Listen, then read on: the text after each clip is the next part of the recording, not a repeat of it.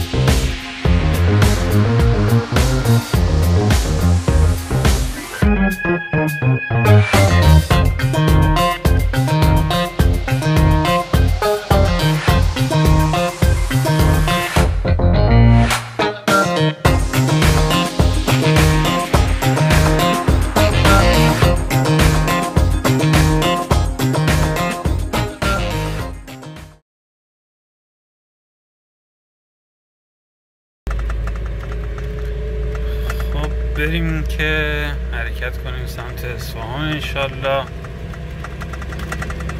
ببینیم چی میشه تو مسیر، چه اتفاقایی برام میفته. اومدیم تو صفحه پمپ گاز که گاز بزنیم و از شهر خارج شیم و بریم سمت خرم‌آباد انشالله.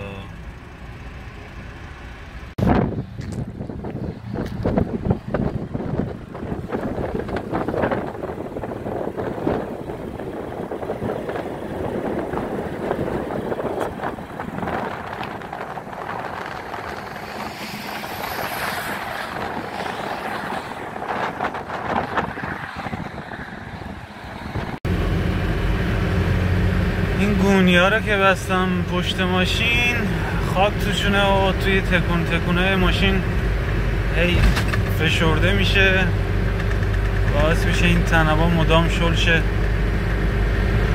زدم بغل یه چک کردم، دیدم نه فعلا خوبه و سفتن.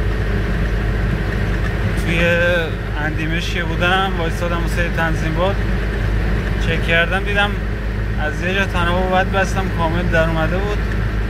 مجبور شدم دوباره یه بخشی ازش رو باز کنم و سفتش کنم که خدای نکرده وسط جاده اتفاقی نیفته و باز نشه، کسی رو هم اذیت نکنه. حالا باز تو این مسیر میزنم کنار رو چک میکنم ببینم شل نشده باشه، خدای نکرده اتفاقی برای کسی نیفته.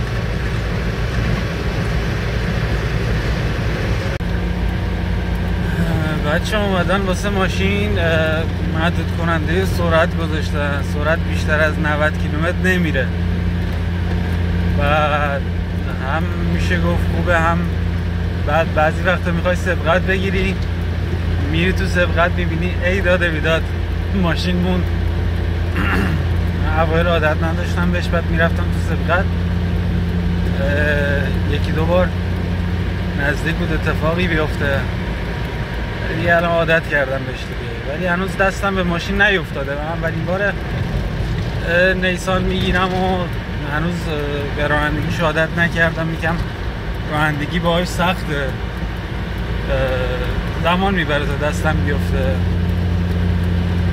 ولی کلا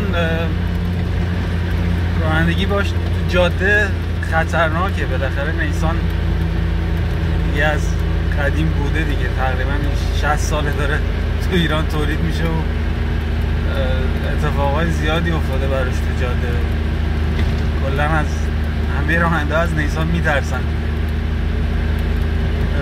یارو تعریف میگه، میگفت که همه از من میترسن، من از جاده خیس.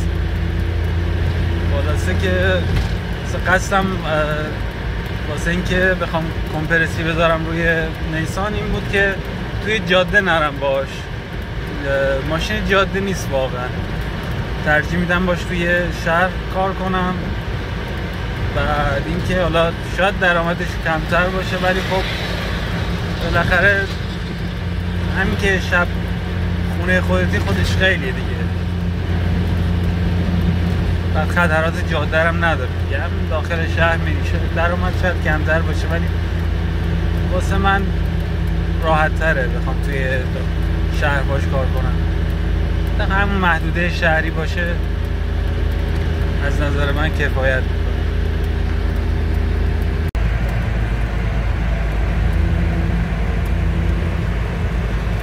اون چراغای پشت رو که گذاشته بودم خودم رفتم تهیه کردم واسه اینکه اتاقی که در آوردم سپر و چراغا رو هم با اتاق در آوردم و به خریدار دادم. بعد کلا یعنی حوضی عقب رو کامل فروختم. پولش رو نیاز داشتم واسه اینکه بتونم اتاق کمپرسی رو تهیه کنم.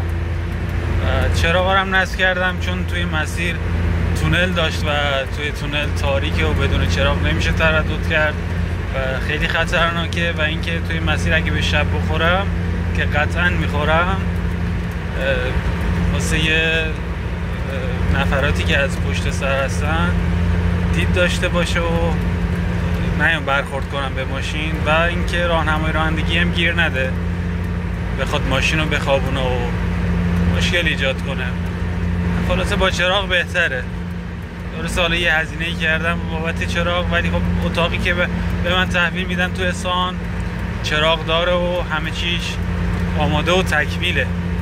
ولی گفتم اینا رو هم بگیرم واسه تو مسیر که اتفاقی پیش نیاد و اینکه بعداً هم به درد میخوره. دوباره باز اتاق که نصشه نصفش میکنم رو اتاق جدید و هم نور بیشتری دارن و کیفیتشون هم بهتر از چراغای فابریکی خود ماشینه.